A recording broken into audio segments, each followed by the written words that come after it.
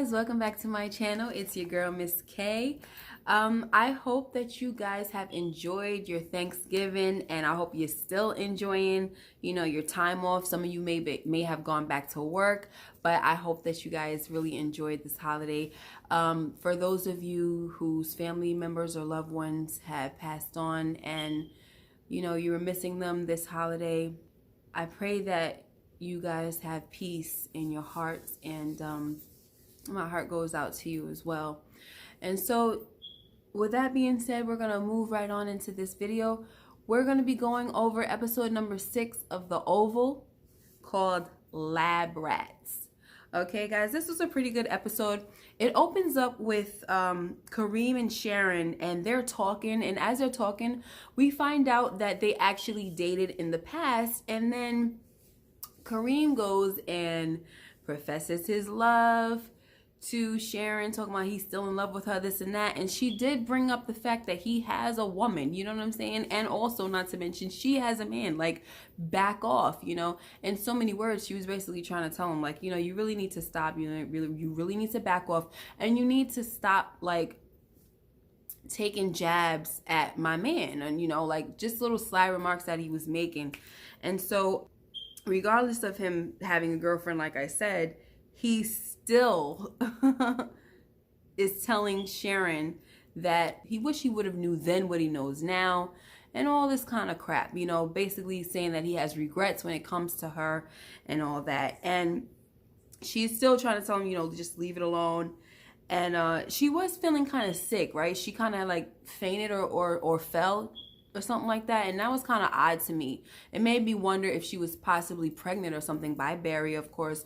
So we'll see where that goes and why she was a little lightheaded in that scene. So I'm not sure what that's about, but I think we're gonna find out. All right. So anyway, as she's trying to walk away, because she tells him, butt out of my business, let me deal with him. This is out my life, butt out.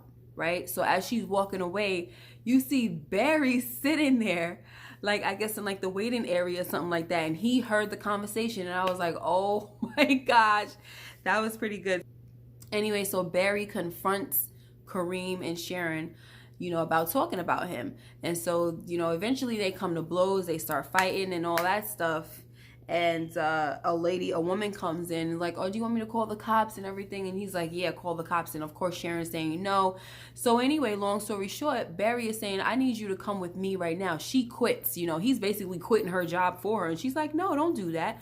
And he's like giving her an ultimatum, saying, if you don't come with me now, we're done. Like, just don't even come home. So, and she's like, no. So she basically telling him that the ultimatum is not working. I'm staying right here.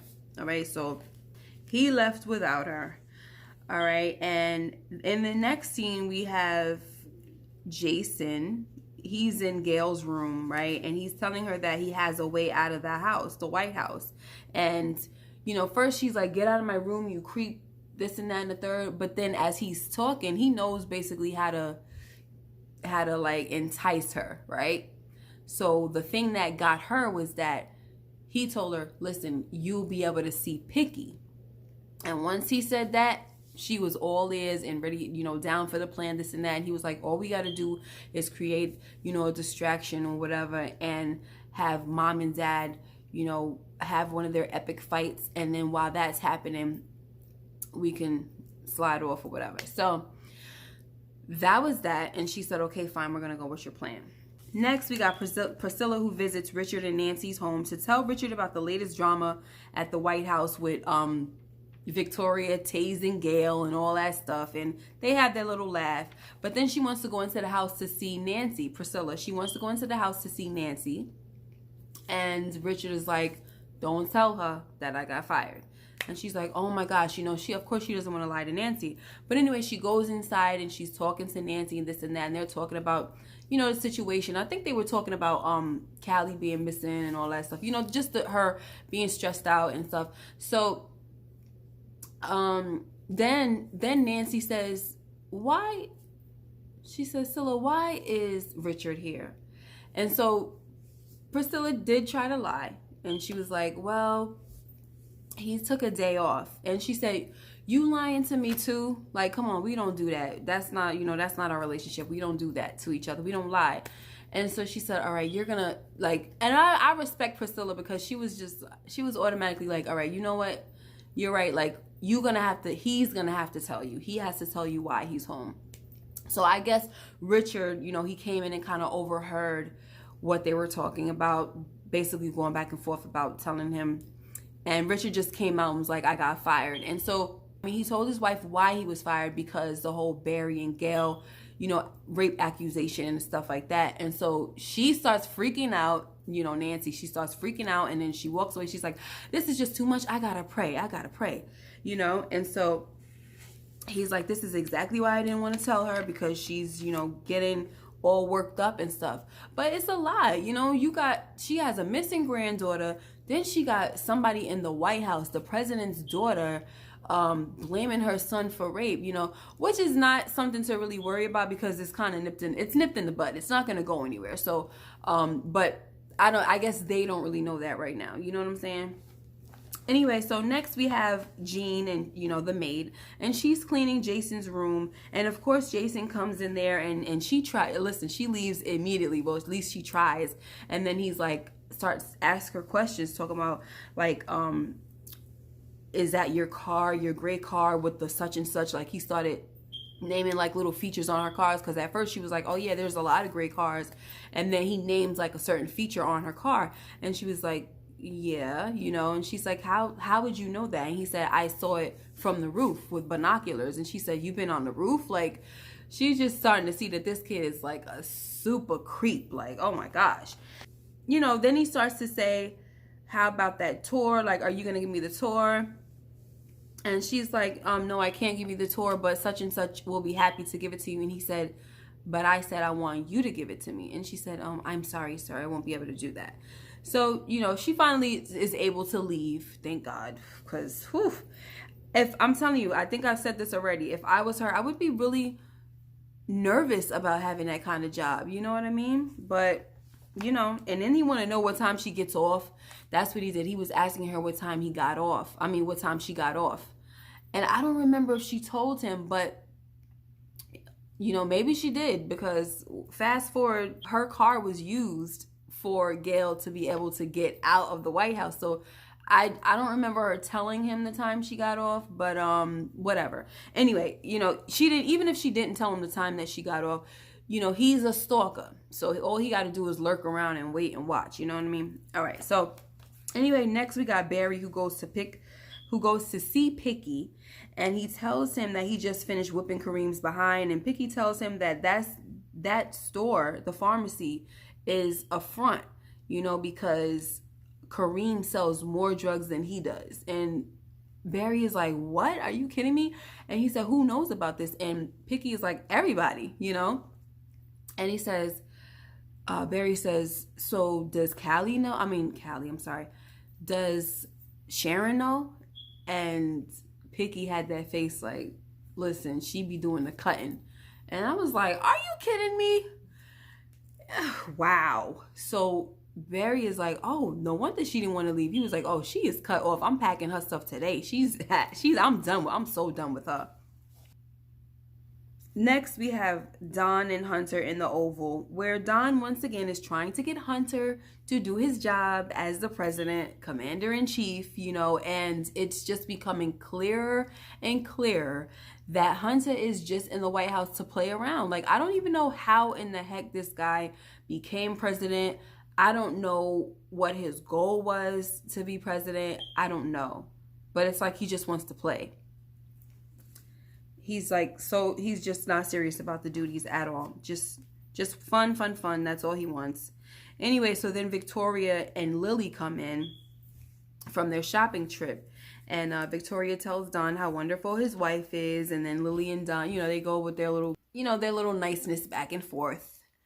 And then eventually Lilly and Don excuse themselves. And then Hunter and Victoria are having a conversation about the shopping trip, because he's like, why did you go shopping? What are you up to? And so long story short, she lets it be known that I went to see your little whore. And he's like, oh gosh, Victoria, what did you do? And she said basically she whooped her behind. And then she said, you want to call her? And Hunter says, I already did. She's not taking my calls. And she said, oh, I thought it would take 2 trips. Oh, my girl is crazy. And then he said, you think you're so cute. And she says, oh, no, I'm just protecting what's mine. And he said, you think I'm yours or something? He said like that. And she said, I don't give a daggone about you. I'm talking about the White House, you know. And it's just funny because I guess in some type of way, she might be the one that actually keep him in the White House, you know what I mean? But if she keep doing stuff like that, like going out in the public, even though it was a private affair and no one knew about it, you know, she handled it pretty discreetly.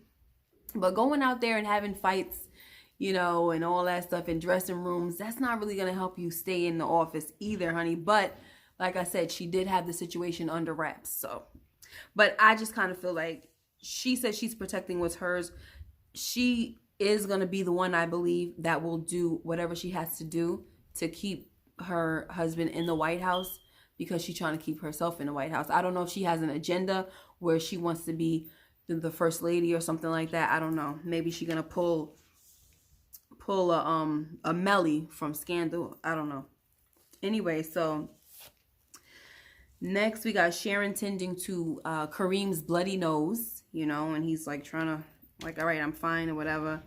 And then the cops come in and they're like, was there a disturbance? Was there a problem here? And Kareem's like, yeah, her boyfriend assaulted me and stuff. And then he goes to Sharon, tell him, Sharon, you know, trying to get the woman to snitch on her man. And she's like, no, like, you know, she's trying to protect him. And she's like, wait a minute, can I talk to you? To pull Kareem aside.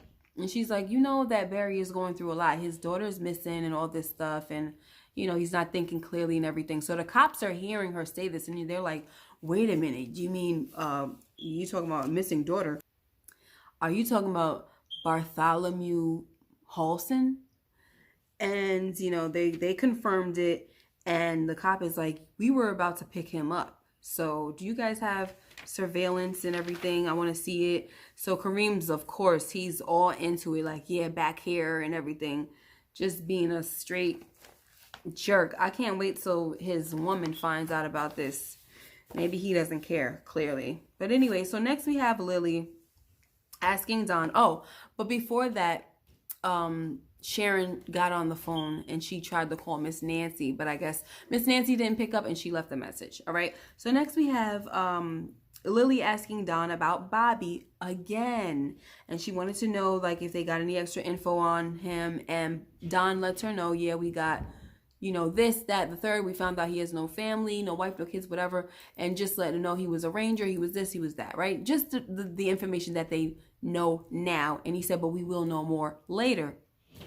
And so she goes, is he all right? You can tell it looked like it kind of got under his skin a little bit. Like, all right, girl, you're asking a little too much questions now.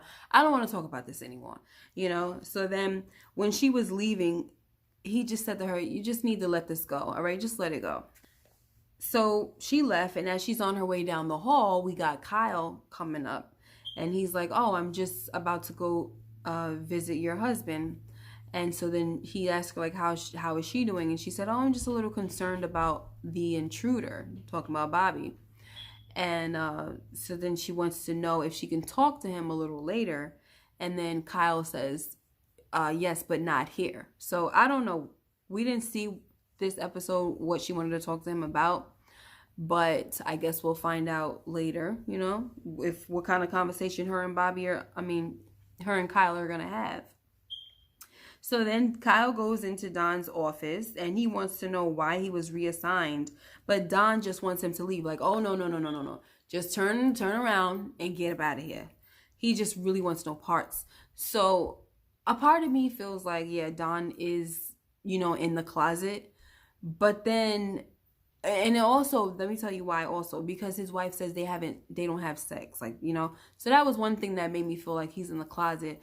But also the way he's like pushing this guy away so much, it starts to make me feel like, is he not in the closet? Or is he not in the closet and he's just creeped out by Kyle because he made a pass at him, you know? And then maybe he he just doesn't have time to have sex with his wife. You know what I'm saying? Like, I'm really I cannot wait till they let us know what the heck is going on or what went on between Don and Kyle. All right.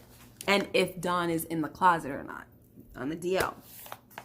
So Don says, we're just not a good fit, you know?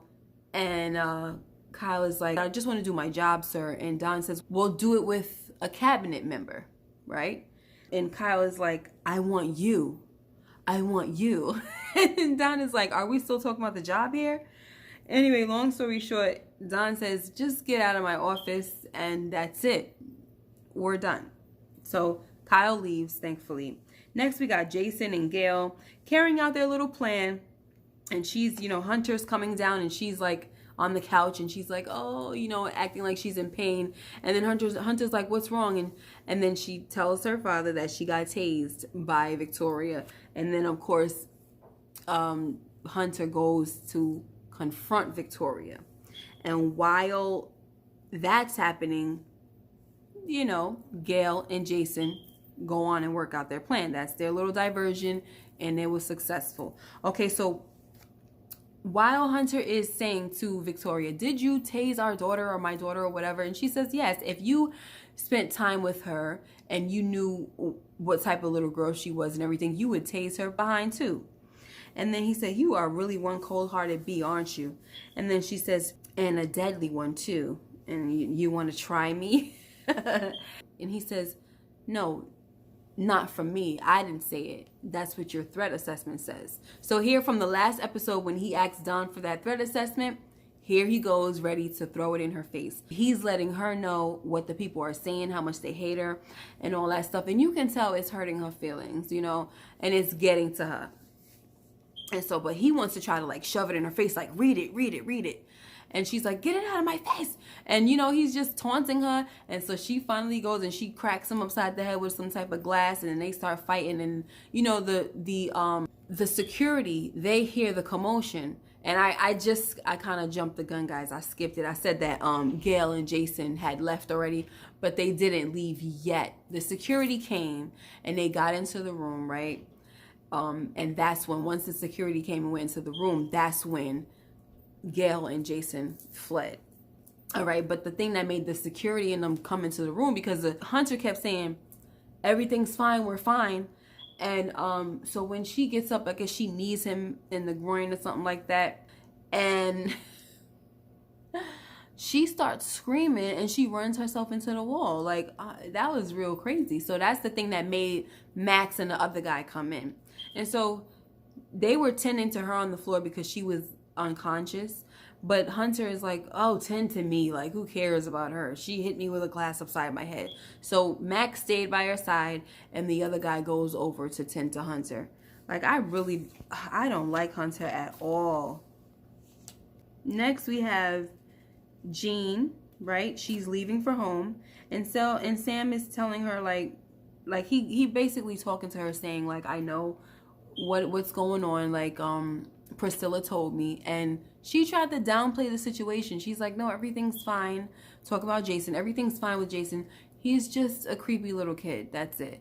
Like, no, that's not it. You need to, if Sam is basically trying to tell you that he can protect you some way, somehow, then let him do it or whatever, you know, or let him help you. Don't be talking about everything's fine. He's just a creepy kid. It's far beyond that. Okay. Whew. So anyway, so she leaves. She basically let him know everything's cool. And he says, okay, if anything strange happens, will you let me know? And she says, yes, I will. And then she leaves. So we all know that as she leaves, we see her, she's pulling up to her apartment complex or whatever that, you know, wherever the staff stays, she's pulling up there. And she gets out of her car, and as she goes into her apartment building, and then out pops Gail from her trunk, from Jean's trunk, and she's dressed in a black wig with a maid suit on, a maid outfit. Oh my gosh. And immediately she calls Picky and says, I'm coming to see you. And of course he wants to know how the heck she got out. You're not coming with anybody. She said, I'm alone. So long story short, she gets to Picky. She sees him. And they go into their little some room or whatever he took her to. And she's telling him, he's like, how are you going to get back out? I mean, how are you going to get back in? And she says, why would I want to go back there? And he says, wait a minute. If you love me, you're not going to have these people, you know, coming all around me. Like, you're not going to bring the heat on me with these people looking for you. And he said, if you love me, you would go back. And she said, okay, fine, I'll go back. Just let me smoke something or whatever. So he gave her a vape or whatever. Then she talked about she's horny. So they start whatever they were doing. Next, we have Victoria in the kitchen with Max. And she's holding like a pack of ice. He's holding a pack of ice over her head. And she's basically telling him, you see how bad Hunter treats me. Max, you've been with us since the governor's house. You know, you can talk to me. And he's like, so I guess he was like, yeah, like he agrees that he knows that, he agrees with her that Hunter, you know, he treats her bad, you know. So she starts to come on to Max and everything and try to unbutton his clothes and all of this. And I'm like, girl. And she wants him to make love to her and all this. And he's like, ma'am, I'm a happily married man and all this stuff. And I'm like, and he says, she's like, oh, it's okay, I won't tell. But you don't want that happening in your own marriage. So why would you be telling him, it's okay, I won't tell her? You know, like, you going over here trying to beat up side chicks and stuff like that. So why would you even go down that road trying to mess with a married man? You don't like it done to you, don't do it to nobody. Come on now. So anyway, I don't know what happens because she's over here unbuttoning, and then going down. And he don't look like he was fighting too much. So I don't know what's going to happen because it went off like that, you know. So I feel bad for her because it's clear that she's in a loveless marriage. And it's a hostile marriage and a violent marriage. You know what I mean? So I think it's obviously it's taking its toll on her. You know, she's over here banging her head up against the wall. And then after that, she doing the Halle Berry, like, do something to make me feel better and all that stuff. And so it's kind of like, what's happening? You know, but she shouldn't be trying to do it with another married man, though. I mean, come on, girl. Get yours, but you ain't got to get it with a married man. Anyway, so that's my review, guys. What do you guys think about this episode? Let me know how you feel about the whole revelation of Kareem's store being a whole front, like just for the drug game. Like, that was a pretty good revelation. You actually would think that Kareem, being somebody that's supposed to be a drug dealer, that he wouldn't try to get the cops to handle the situation and get Barry in trouble, that he would actually take it to the streets. But whatever. I mean, we're not watching Power, right? But so yeah, let me know what you guys thought about this episode. Let me know what you guys thought about, you know, this whole situation at the end with Victoria trying to do her thing with Max, and where you think that's going to lead. What do you think the whole thing is going to lead with Bobby? You know, I don't think we even saw him this episode, but it's all good. So anyway, make sure you guys like, comment, and subscribe. If you haven't, hit that notification bell so that you know when I upload more videos like this one. Thank you. You guys enjoy your weekend and have a wonderful day. Thanks. Take care. Bye-bye.